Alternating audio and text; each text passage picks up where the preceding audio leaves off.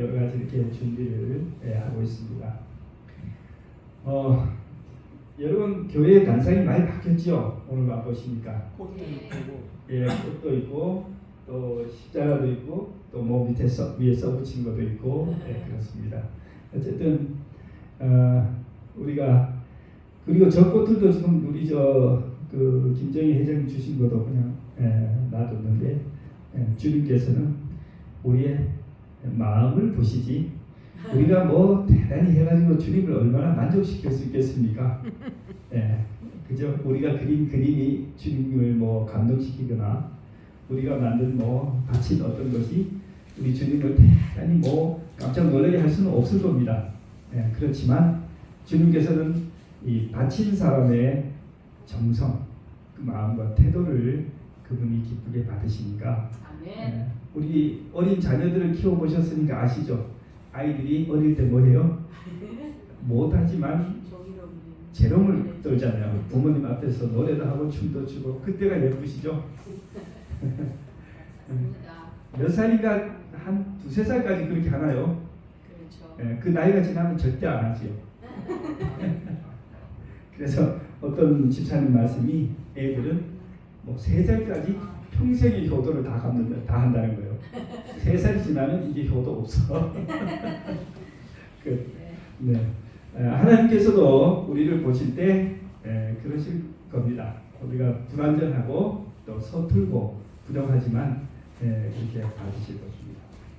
자, 우리 참여해 주시고 또 기증해 주시고 하신 모든 분들께 감사를 드리고 또 이제 우리의 정성을 모아서 마음과 기도를 모아서 이제 내일부터 전도회가 하나님께 영광스럽게 잘 될 수 있도록 그렇게 기도해 주시기 바랍니다.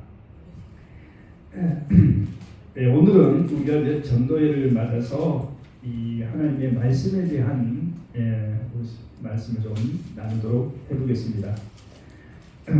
누가복음 12장입니다. 신약 성경 누가복음 12장 16절부터 나오는 이야기가 있습니다. 그리고 예수께서 비유로 그들에게 말씀하셨다. 이 번역본이 너무 쉬운 말이니까 우리 교우님들은 수준을 조금 높여서 조금 어려운 말씀으로 바꾸겠습니다.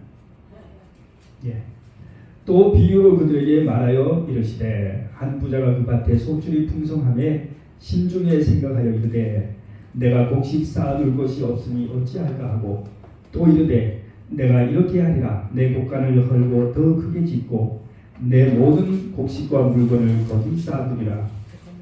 또 내가 내 영혼에게 이르되 영혼아 여러 해 쓸 물건을 많이 쌓아두었으니 평안히 쉬고 먹고 마시고 즐거워하자 하리라 하되 하나님은 이르시되 어리석은 자여 오늘 밤에 내 영혼을 도로 찾으리니 그러면 내 준비한 것이 누구의 것이 되겠느냐 하셨으니 자기를 위하여 재물을 쌓아두고 하나님께 대하여 부요하지 못한 자가 이와 같으니라 그랬습니다. 마지막 말씀 자기를 위하여 재물을 쌓아두고 하나님께 대하여 부요하지 못한 자 예수님께서 문제점을 지적하셨어요.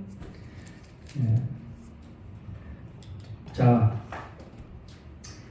사실 이 여기 부자의 이야기를 읽으면서 예수님께서는 어리석은 부자라고 하셨지만 참 저는 이 부자의 이야기를 읽을 때마다 굉장히 부러움으로 읽습니다. 그죠? 이렇게 읽으면서 이 사람은 원래가 부자였어요. 근데 그의 농사가 또 어떻게 됐어요? 농사가 아주 전에 없는 큰 풍년이 들었습니다. 근데 그 당시만 해도 요즘처럼 이렇게 은행에 뭐 이렇게 하는 것이 아니고 그들이 가지고 있는 모든 재산을 다 창고에 현물로 아마 다 보관을 해야 되는 것 같아요. 그래서 이 부자의 고민은 뭡니까? 이 부자의 고민은 우리는 아이고 돈이 부족해가지고 그죠? 이 돈을 어떻게 마련할까 우리는 이렇게 고민하는데 이 부자는 이 남는 돈을 재물을 어디다 쌓아둘까 이 걱정을 하고 있어요. 얼마나 팔자가 틀려요.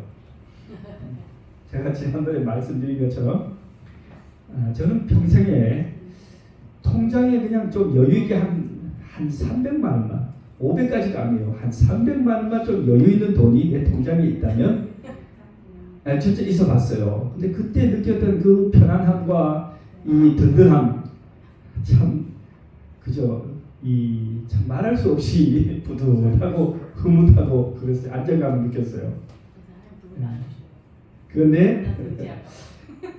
그런데 이 부자는 그 정도가 아니고 참으로 많은 재산을 쌓아두고 그것도 더 부족해가지고 이제 곡간을 더 그저 만들어야 돼. 자, 그런데 그러니까 이 부자의 머릿속에는 원래 이제 저거 했으니까 내년엔 또 무슨 생각이에요? 내년에는 더 많이 심고 더 많이 거두고 창고를 또 더 크게 하고. 아마 부자의 머릿속에는 그런 생각이 가득 있었을 거예요. 그리고는 스스로 뭐라고 그래요? 내가 여러 해 쓸 물건을 많이 쌓아두었으니 평안히 쉬고 먹고 마시고 즐거워하자 그랬습니다. 그런데 하나님께서는 어리석은 사람이다. 왜요? 자기를 위하여 재물을 쌓아뒀지만 육신적으로는 뭐 했지만 부유했지만 하나님께 대하여는 영적으로는 빈곤한 사람이었다. 그랬습니다. 자,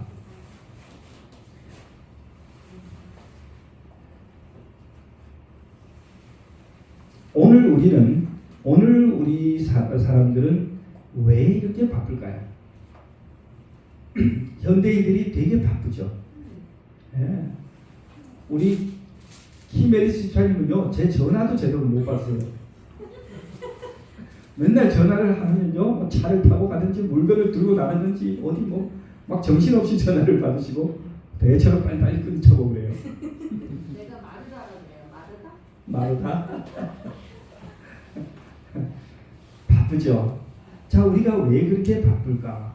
바쁘지 않은 사람 아무도 없죠.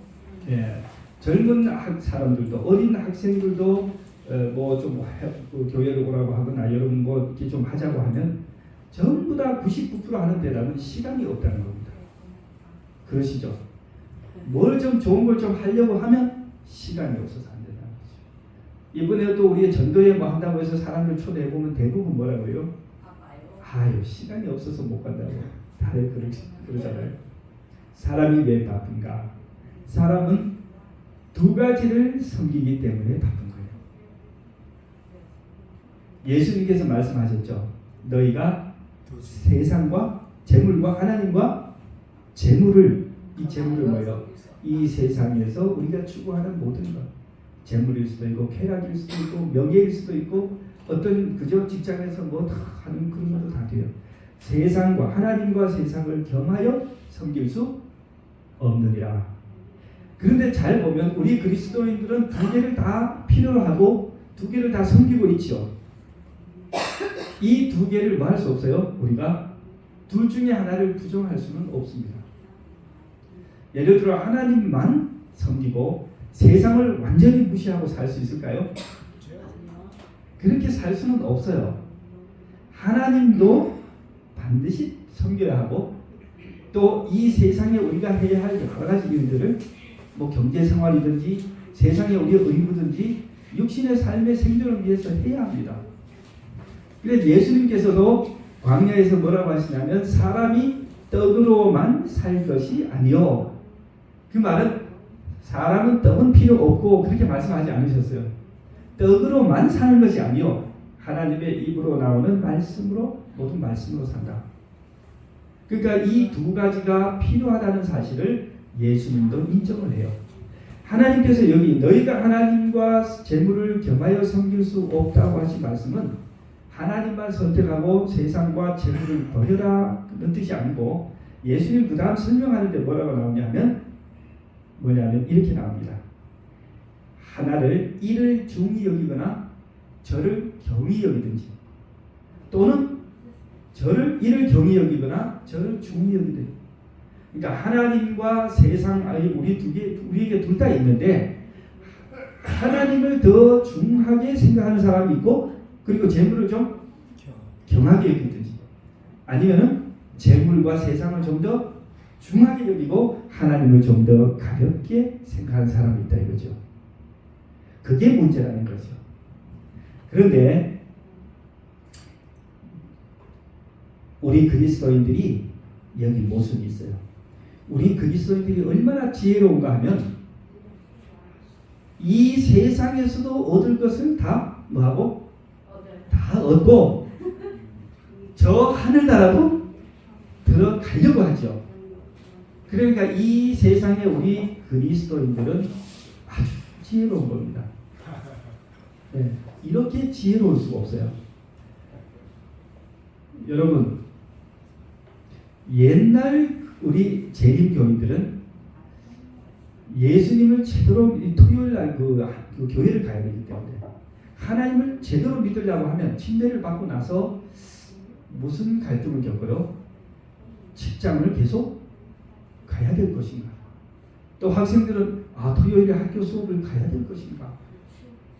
근데 그거를 안 하게 되면 어떻게 됩니까? 토요일날 직장을 안 가게 되면 직장을 잘리고요. 직장에서 잘리고. 아이들이 토요일날 학교를 가지 않으면 어떻게 될까요? 성공은 끝난 거죠. 또 군에 가서는 또 뭐예요? 안식일 훈련 참가하지 않고 뭐 이렇게 한다고 해서 또 영창에도 가고 이 가진 고초를 겪었어요. 지금은 토요일이 뭐가 됐어요? 완전히 공휴일이 되면서 토요일, 일요일 완전히 공휴일이 되면서 우리 재림교회들이요 참 살만 나는 세상이 된 거예요. 그러고 나니까 이제 뭐예요? 우리 재림교회들도 과거와 같은 그런 투쟁의식은 없어졌어요. 이제 세상에서 뭐 할 수 있게 됐어요? 출세할 수 있게 된 거예요. 우리 재림교인들도 세상에서 뭐 할 수 있다? 출세할 수 있다. 네, 그렇게 하고 어디로 갈 수 있어요? 천국에도 갈 수 있다. 거기에 뭐가 있을 수 있어요? 자칫하면 함정이 있을 수 있어요.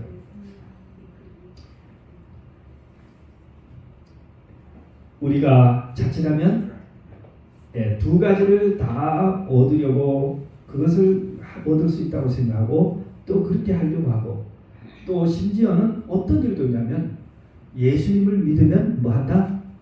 복을 받는다. 너 누구 봐라. 예수님 믿어서 부자도 되고 교수도 되고 공무원도 되고 뭐도 되지 않냐. 이렇게까지 다 할 수 있어요. 우리가 굉장히 경계해야 되는 겁니다. 중국에서 중국 사람들은 뭘 많이 하냐면 예수님을 믿으면 복 받는다는 것을 많이 전도를 해요. 전도하더라고요.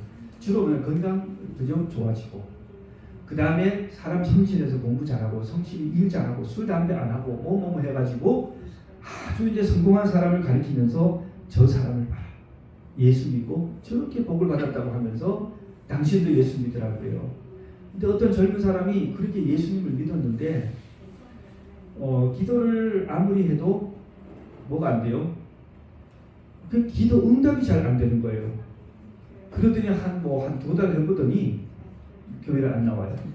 교회를 왜 안 나와요? 했더니 내가 믿고 배운 대로 기도하고 해봤는데 하나도 되는 게 없더라는 거예요. 그래서 이제 갈 필요가 없다는 거예요. 이제 할 말이 없어요. 네. 자, 네, 우리는 두 주인을 섬기고 있습니다. 다만 뭐예요? 두 주인을 동등하게 섬길 수는 없습니다. 하나를 중히 여기면 하나를 경히 여기는 것. 우리가 그렇게요. 여러분, 우리가 만일 하나님의 예배 시간, 거룩한 안식일과 예배 시간에 이 시간을 성별해서 다른 일들을 뭐하고 다른 일들을 다 정리하고 미루고 예배 시간을 우리가 잘 지킨다면 그건 뭐가 될까요? 그건 하나님을 중히 여기고 세상을 경히 여기는 것이 되겠죠. 그런데 이 안식일 예배 시간 뭐 다 이게 됐는데 오늘 어떤 다른 데가 사정이 있어서 교회 못 옵니다. 라고 하면 그건 뭐가 되는 거예요? 그거는 세상을 중히 여기고 하나님을 가볍게 여기는 거겠죠. 그죠? 그것은 우리의 행동으로 쉽게 증명이 됩니다. 자, 예수님께서 이 문제를 왜 말씀하셨느냐 하면 이 성경에 보면은 세상의 성공과 재물과 출세를 뭐하다가 좋아하고 즐기다가 뭘 잃어버린 사람이 있어요? 하나님의 나라를 잃어버린 사람들이 있어요. 그 사람들이 누구냐 하면 바로 구약 성경에 우리 게하시라고 하는 사람은 가장 위대한 선지자 엘리사의 종이었어요. 사환이었어요. 근데 이 게하시는 이 엘리사 선지자가 구약 성경에서 가장 많은 이적을 행한 사람이기 때문에 그 게하시는 엘리사 선지자가 기적을 행할 때마다 그걸 다 뭐 했을까요? 다 봤어요. 그리고 선지자가 하는 권면과 설교를 뭐 했어요? 다 들었어요. 그러니까 이 사람은 쉽게 말하면 성경의 모든 진리를 알고 눈앞에서 일어나는 모든 기적을 다 보았고 이제 엘리사가 죽으면 다음에 누가 해야 돼요? 엘리사가 죽으면 게하시가 그 뒤를 이어서 이스라엘을 다스려야 할 영적 지도자가 되어야 하지만 게하시의 마음속에는 뭐가 있었어요?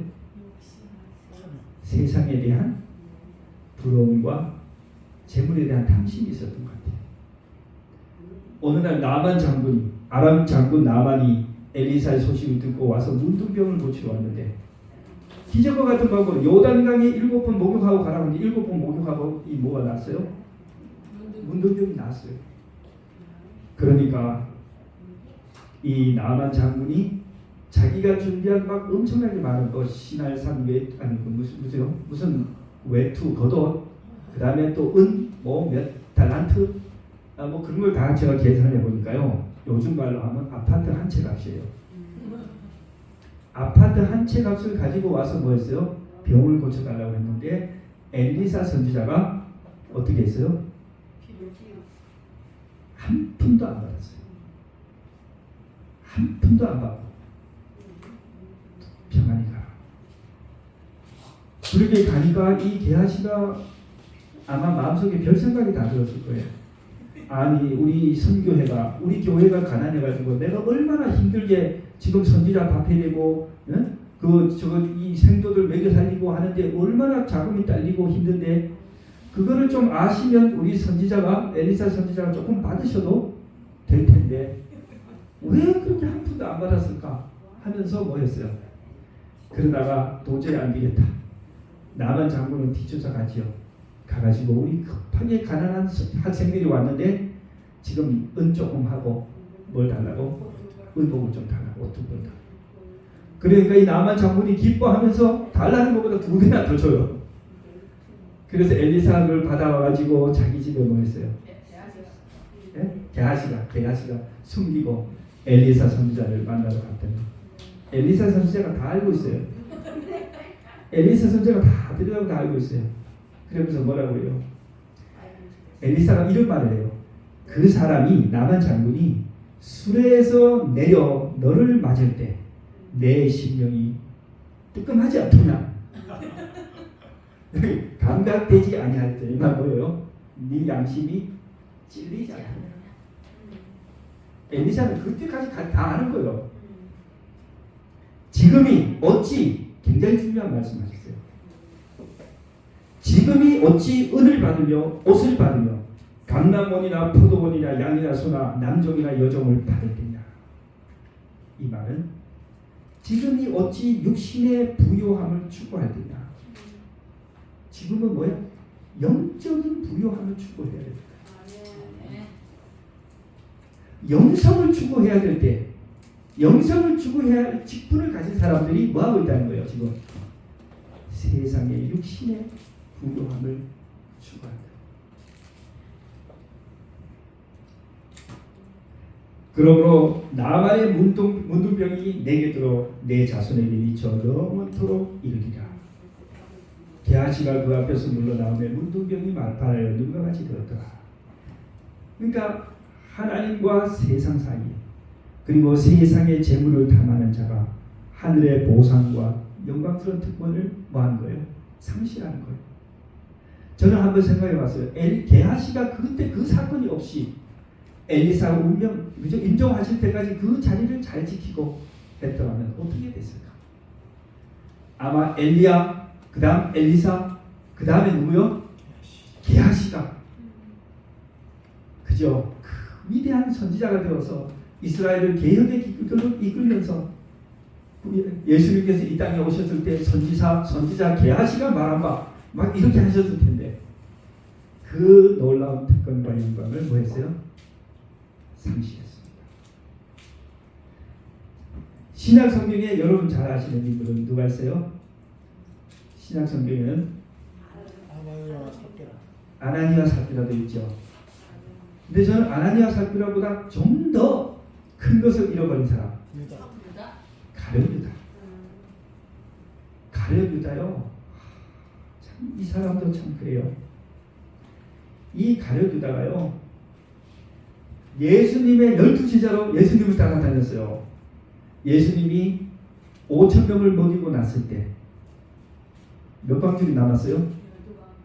12광줄이 남았잖아요. 그 한 광줄이 누가 들고 왔을까요? 가룟 유다가 들고 왔을 거예요. 예수님께서 그죠? 병자를 고치실 때 벌떡벌떡 일어났는데 유다가 거기서 그걸 다 보고 있었어요. 네? 바다와 그죠? 바람을 풍랑을 잔잔케 하시는 그 현장에 유다가 있었을 것이고 물 위를 걷는 베드로가 그죠? 물 위를 걷다 물에 빠지는 것도 봤을 것이고 유다는 예수님의 모든 말씀 다 들었고 예수님의 모든 기적을 다 보았고 그랬어요. 그런데 유다에게는 여전히 뭐가 있었어요? 그의 그 탐심, 세상에 대한 애착이 있었던 거예요. 그래가지고 자기 딴에는 뭐하고 세상에서도 얻을 것을 얻고 어디로 들어간다? 예수님 따라 천국에도 들어간다고 생각했지만 근데 천국에는 그런 사람은 자리가 없어요. 예수님을 마침내 팔았는데 얼마에 팔았어요? 은 30에 팔았어요. 뭐 잘은 모르겠지만 그 당시에 건장한 노예 몸값이라고 합니다.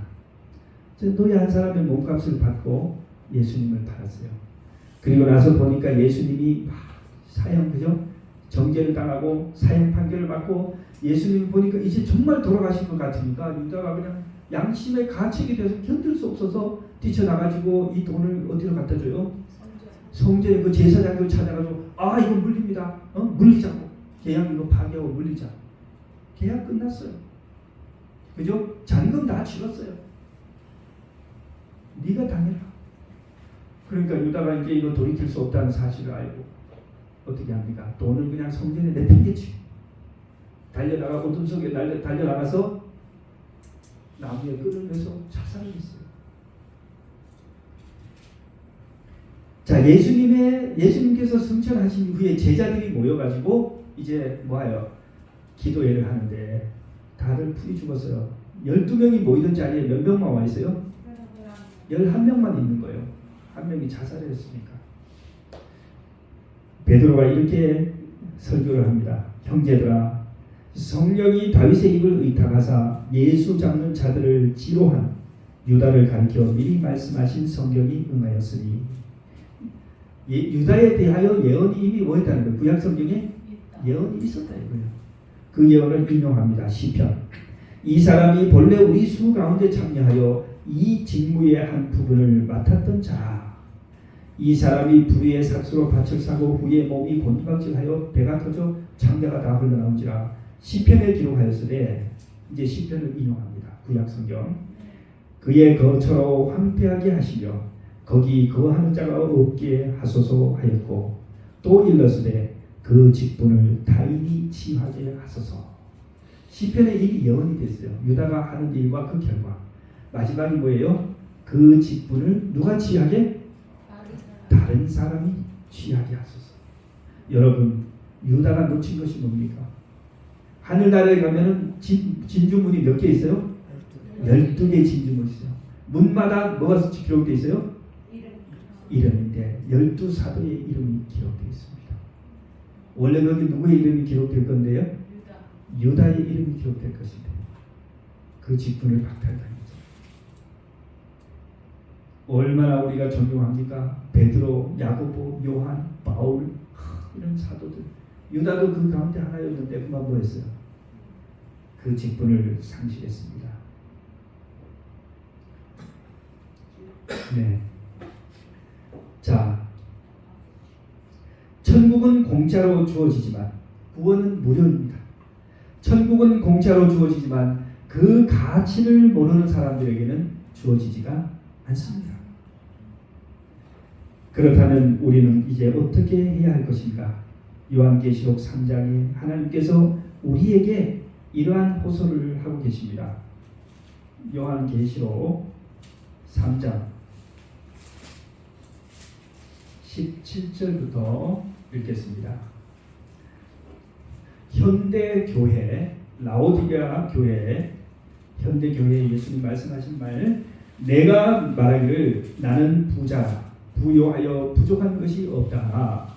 내 곤고한 것, 실상이죠. 내 곤고한 것과 가련한 것과 가난한 것과 눈먼 것과 벌거벗은 것을 알지 못하는도다. 내가 너를 권하더니 내게서 불로 연단한 금을 사서 부요하게 하고 흰옷을 사서 입어 벌거벗은 수치를 보이지 않게 하고 안약을 사서 눈에 발라 보게 하라. 무릇 내가 사랑하는 자를 책망하여 징계하노니 그러므로 내가 열심을 내라 회개하라. 뭐라고요? 열심을 내라 회개하라. 이것이 오늘 그죠? 육적으로는 부유하고 편안하지만 영적으로는 빈곤한 현대 그리스도인들에게 하나님께서 주시는 호소입니다. 내가 열심을 내라 회개하라. 이제 우리 현리교회는 말씀의 집회를 시작합니다. 많은 사람들을 우리가 진리로 초청했습니다. 하나님께서는 전도하기 위해서 다른 사람을 찾아가는 그 사람을, 그 발걸음을 아주 기쁘게, 아주 귀하게 여기십니다. 물론 그 길은 뭐 할 수 있어요? 창피할 수 있고 거절당할 수 있고 또는 괴로울 수도 있어요. 또는 반대와 그죠? 핍박을 받을 수도 있어요. 그러나 하나님께서는 우리가 그렇게 하기를 너무나 바라시는 것입니다. 예. 이 말씀을 배울 때 이 세상 사람들을 구원할 수 있는 것은 뭐밖에 없냐면 말씀밖에 없습니다. 그들이 어디에 와야 돼요? 그들이 하나님의 말씀을 들어야 합니다. 또 그들이 이 교회에 와서 하나님의 말씀을 들어야 그 사람들은 인생을 구원을 받을 수가 있습니다. 말씀 공부가 우리에게 가져다주는 축복이 얼마나 큰지 저는 다시 한번 생각해 보았습니다. 제가 학원교회 목회를 나왔기 때문에 제가 초기에 전주학원에 가서 심의를 했었어요. 전주학원이 2년 동안 심의할 때 그 전주학원은 꽤 일반 교우님들이 많았습니다.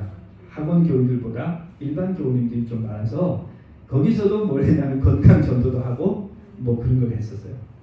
근데 이제 건강 전도를 한번 이제 했더니 뭐 이렇게 환자분들께 오시고 뭐 중풍이신 분, 암이신 분, 뭐 이런 분들도 왔는데 한 번은 이제 이제 그분들 이야기는 참 제가 안 해도 되고 그 학원생 그 청년이 2명이 그냥 키가 크고 덩치가 좋은 청년 2명이 왔어요.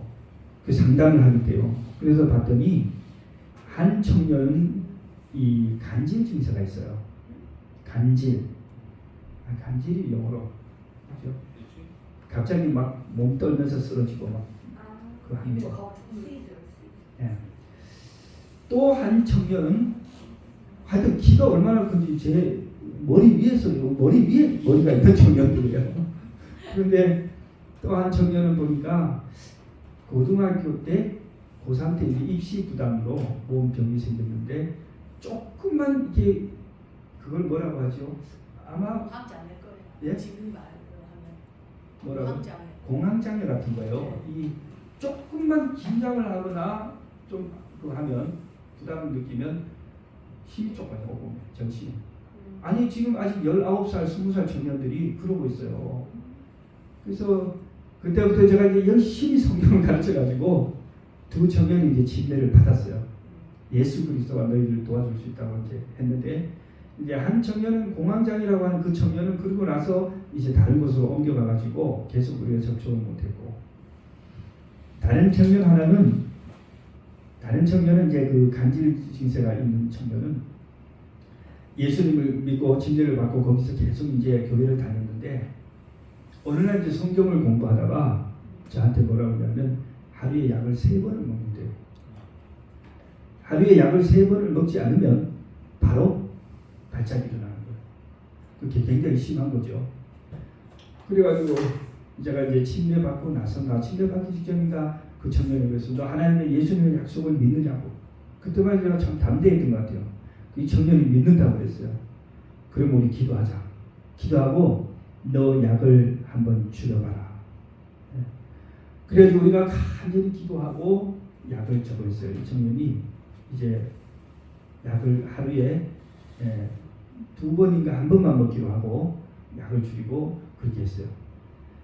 근데 그 청년도 굉장히 참 아주 막 절박하게 저를 붙들고 있고, 저도 정말 용기가 대단해가지고 그냥 아무것도 모른 채로 이제 그렇게 믿음으로 이제 한 거죠. 그렇게 하고 이제 한 일주일 지났는데 진짜 이 청년이 그 약을 줄였는데 괜찮았어. 물어보니까 약을 줄이기로 한 날 증세가 이제 와서 했는데 자기가 믿기로 했대요. 믿기로 하고 기도하면서 약을 안 먹었어요. 그래서 이제 한 일주일 이상을 버틴 거예요. 하루에 약을 이제 1번만 먹고. 그래서 우리가 너무 감사해가지고 이제 하나님께 기도하고, 이제 제가 뭐라 하냐면 요양원을 소개해서, 그때 여수의 요양원 우리 가까우니까 여수에 있는 우리 교회 요양원에 가서 너 한번 체험 한번 해봐라. 그래 이 청년이 그때야 뭐 뭐든지 할 수가 있으면 하니까 그래서 요양원에 갔어요. 근데 저는 이제 약을 잘 챙겨가서 먹어도 된다고 그렇게 이제 하고, 근데 이 청년이 나중에 이제 그 2주인가 3주인가 있다가 나왔죠. 3주인가 있다 나오는데 그 당시만 해도 저게 없었어요. 핸드폰이 없던 시대여가지고 핸드폰이 뭐 있어도 그 청년들은 없었던 것 같아요. 하여튼 가면은 올 때까지는 소식을 모르니까 매일 기도만 하고 정말 그러고 있었어요. 근데 이 청년이 거기 가서 이제 성경 말씀을, 거기 강사님의 말씀을 들으면서 너무 감동을 받은 거예요. 그래가지고 이제 들어가던 첫날 나중에 이제 들어보니까 약을 전부 다 적었어요. 안 먹기로 결심한. 그 다음에 이제 다음날 이제 그 증세가 오는 거예요. 또 발작을 하려고 그러는데 이 청년이 제가 깜짝 놀랐어요. 약을 전부 다 쓰레기통에 던져놨어요. 그러면서 무릎을 꿇고 기도를 했다는 거예요. 하나님, 내가 여기까지 온 것은 하나님만 믿고 그 약속만 믿고 여기 왔으니 하나님 여기서 나를 도와주십시오 하고 간절히 기도한 거예요. 그러고 나서는 그 뒤에 한두 번 약간 증세가 오긴 왔는데 그냥 자기는 계속 무시하고 그럴 때마다 기도했다는 거예요. 날마다 말씀 듣고 기도하고 그러기를 반복해서 한 3주 한 다음에 완전히 이제 그 증세를 이겨낸 거예요. 돌아와가지고 그 간증을 하는데 제가 깜짝 놀랐어요. 이 친구 너는 믿음이 나보다 훨씬 더 좋구나. 그렇게 하고 이제 이 청년이 거기서 배워온 것을 잘 실천했어요. 그리고 나서 저는 이제 또 발령을 받아 다른 데 가고 막 필리핀 가고, 그 다음에 또 발령을 받아서 또 이제 저기 중국 가가지고 막 9년 동안 있다고 하면서 이 청년 소식을 못 들었어요. 나중에 중국 갔다 들어와서 어느 날 어떤 이 청년이 전화를 나한테 했는데, 보니까 삼육대학교가 있는데 바로 옆에 있어요. 별내교회를 다니는데 이분이 보니까 이 형제가 서울 그 삼육병원 거기에 그 기관실에 그때 이제 저희 들어가니 얼마 뒤에 거기에 취직해서 지금까지 거기 일을 하면서 보니까 결혼도 하고 아기들도 있고 아주 그 별내교회 신실한 집사님으로 그렇게 하고 있어요. 요즘도 가끔씩 전화를 주고 받는데 아주 건강해요. 그래서 저는 이것이 바로 말씀의 능력이다.